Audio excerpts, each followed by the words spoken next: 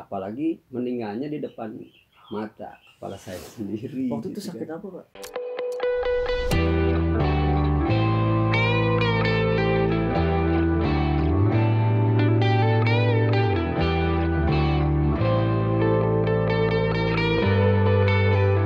Tadi kan sampai kayak nganter warga ke lahiran segala macam.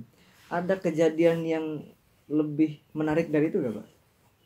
Maksudnya kejadian di rumah sakit apa Enggak, gimana? kejadian selama Bapak jadi RT itu. Kalau kejadian secara khusus sih yang menarik nggak ada ya, cuman mungkin yang sangat riskan gitu kan kejadian sampai saya terharu lah di sana sampai menangis terus terang. Soalnya selama saya mengantarkan ke rumah sakit belum ada yang pernah meninggal. Nah waktu itu baru beberapa tahun mungkin ya beberapa orang lah, udah puluhan orang gitu yang saya antar, termasuk yang di atas juga, pemupuk atas saya antar pernah gitu kan.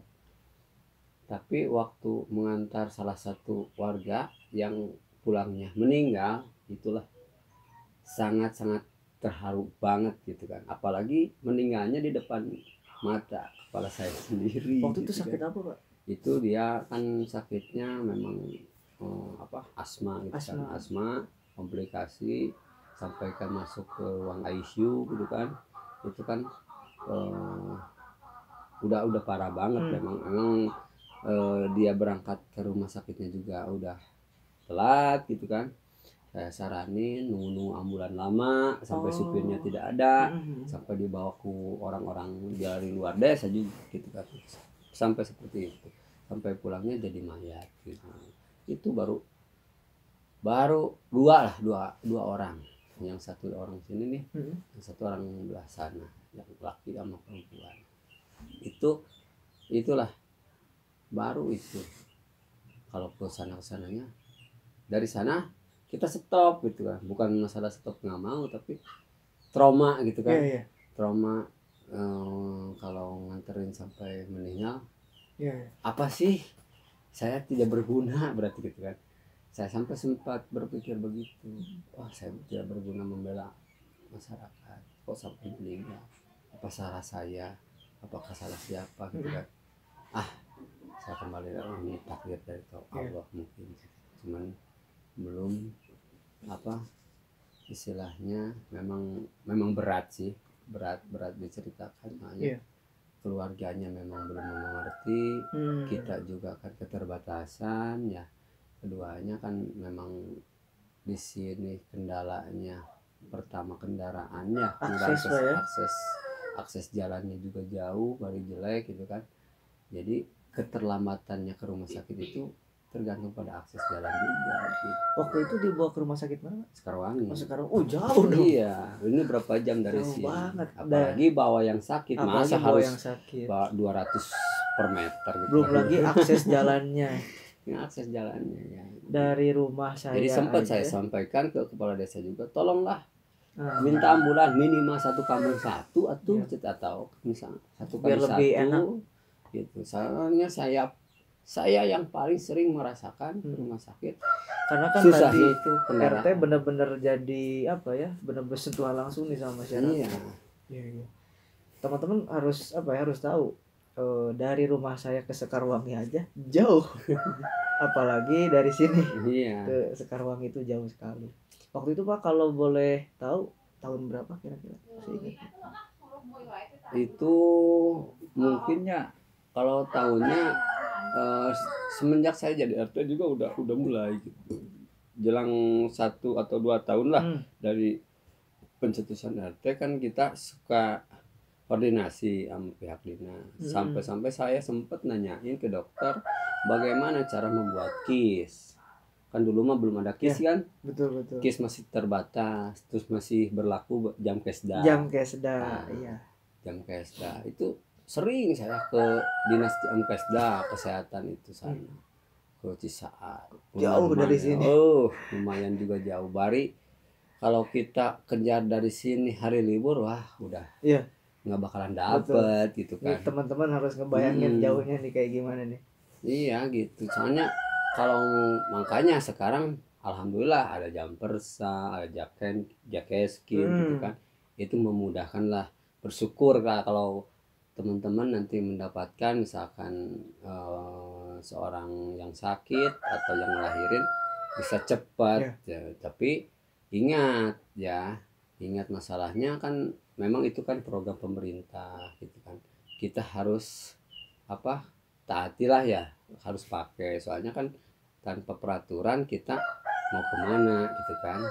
Terus bikin yang begituan kan ada perlu prosedurnya. data, ada prosedurnya, ada perjalanannya lah, sangat-sangat panjang gitu. Apalagi bikin case katanya 3 bulan baru selesai gitu, juga kalau diverifikasi berhasil. Kalau berhasil juga. Itulah teman-teman berbagai gejala yang memang dihadapi langsung oleh seorang RT. Dan saya rasa teman-teman di luar sana mungkin nggak banyak juga yang tahu, Pak. Mungkin merasain sama, mungkin yang ada jadi yang RT ya. Dan ini mungkin bisa menjadi semacam cerita bareng juga ya bagi RT-RT di luar sana. Oke.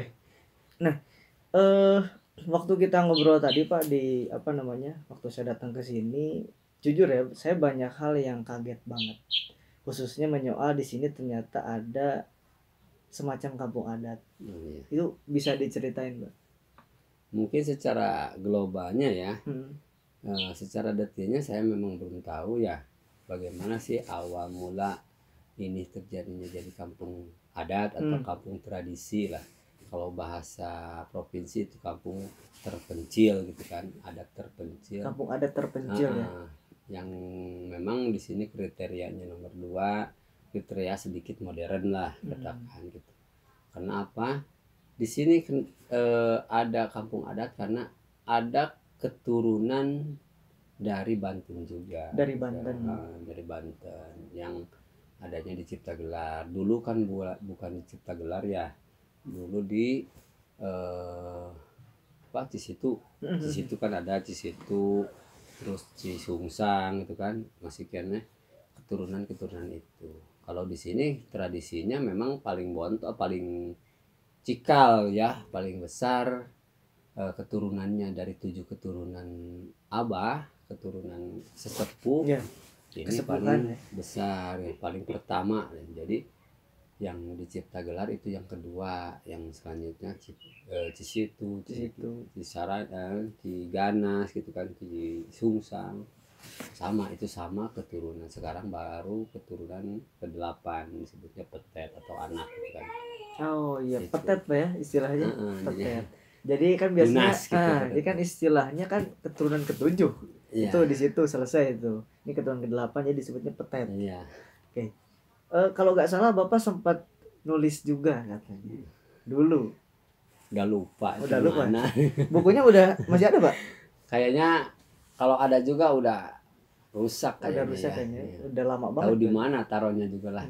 Itu memang sempat saya tanyain ke dukun, ke kolot lemur di sini. Bagaimana sih sejarah masalah kekolotan? Katakanlah kesepuhan di sini ya. Kesepuhan di sini sampai seperti ini. Ya, secara ringkas mungkin saya bisa nerangin bahwa di sini ada komunitas adat terpencil karena ada ciri khas gitu kan. Di sini selalu pakai tradisi dikala mau tanam padi, ngambil padi gitu kan. Mau nyelamatin lah kalau di bahasa salametan gitu kan, salametan sesudah tanur gitu kan, sesudah tanam padi nyiang gitu. Itu selalu ada. Memang tradisi itu memang hampir mirip. Di Sara juga kan ada, cuman bahasanya lain gitu kan. Itu sama sih. Ada kayak kalau nggak salah tadi ada semacam tolak bala. Nah, tolak bala disebutnya di sini itu tukuh tumbal. Tukuh tumbal. Nah, tukuh tumbal itu coba ambil tuh di sana di atas itu tuh ada. Di atas pintu belah luar. Itu mancung. Boleh dilihat nih. Boleh dipegang, Pak? Boleh. Nah, Ini apa nih Pak nih? Ini salah satu penolak bala buat di rumah. Disebutnya pintu. Pintu. Ya, pintu masuk, gitu. Mau pintu keluar, mau pintu rumah, mau pintu kandang domba, gitu kan.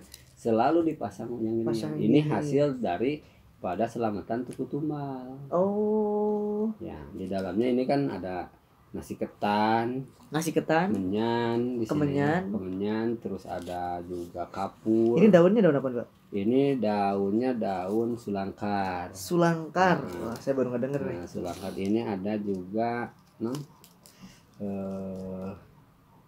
kayak rumput itu tuh, rumput ilalang yang kecil-kecil itu. Ini daun bambu. Oke. Gitu. Bahasa Sundanya awi. Awi gitu kan. Ini seperti ini. Oke. Syaratnya. Kalau tuku lemburnya beda lagi. Tuku lembur. Ini tuku tumbal buat rumah. Tuku lembur ada lagi dari kemenyan, panglai gitu kan. Panglai. Sama ikat sapu padi ketan. Ya. Yang disimpan di setiap penjuru kampung. Seperti itu. Oh iya. Kalau tradisinya memang sampai saat ini juga ini masih dipakai. Ya, masih dipakai ini, termasuk hitungannya juga masih dipakai. Oh, hitungan. Hitungan kan kalau di Sara kan alif, batas dan lain sebagainya ya kan. Betul. Ini juga sama, cuman di sini namanya hitungan tuku tumbal. Yang ini yang kayak gini masih Pak, kayak Hana Caraka gitu? Bukan. Oh, bukan. Tapi kurang tahu betul ya, cuman memang tulisannya kan kalau kita yang baca nggak kebaca, soalnya bahasanya bahasa katakan kayak braille, titik-titik gitu. Ada titik 2, titik 1, titik 3 gitu kan. Itu kalau sama yang ahlinya mungkin bisa dibaca. Dia sangat pinter lah. Kalau kita yang baca, apa ini? Titik apa ini? Artinya apa? Kalau ada sih dukunnya saya bawa itu alatnya ke sini. Iya. Oke. Kalau tadi selain itu Pak, kegiatannya ada lagi nggak? Kegiatannya selalu paling ngikutin Serentahun di Cipta Gelar. Ya, setiap 1 tahun sekali. Cuman kalau masa pandemi ini kita nggak kesana, soalnya dilarang berkerumun juga kan. Itu tetap sementara.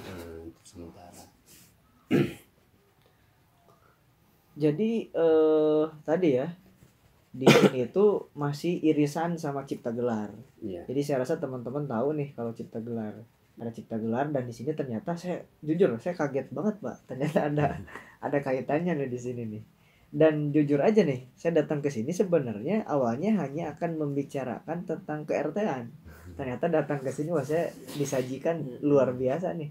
Kaget banget saya ada kampung adat, karena saya cenderung punya ketertarikan Pak di kampung adat itu. Cuman untuk daerah ini saya baru tahu banget. Di dalam buku yang tadi katanya Bapak juga sempat nulis silsilah segala macam. Boleh diceritain Pak? Kalau masalah silsilah memang kita mentok ya, baru tercatat cuman 3 keturunan. 3 keturunan. Ya, yang lainnya kan namanya doang lah, bisa dibilang itu namanya bukan nama asli kan, dilarang kalau orang tua sini bilang nama asli dari Kekolot gitu. Istilahnya pantrang mungkin apa? Iya, kalau bahasa Sunda itu pantrang. Jadi tidak boleh bilang nama asli. Kalau kita misalkan nih Pak Ade punya anak paling besar misalkan Ati ya Pak Ati gitu.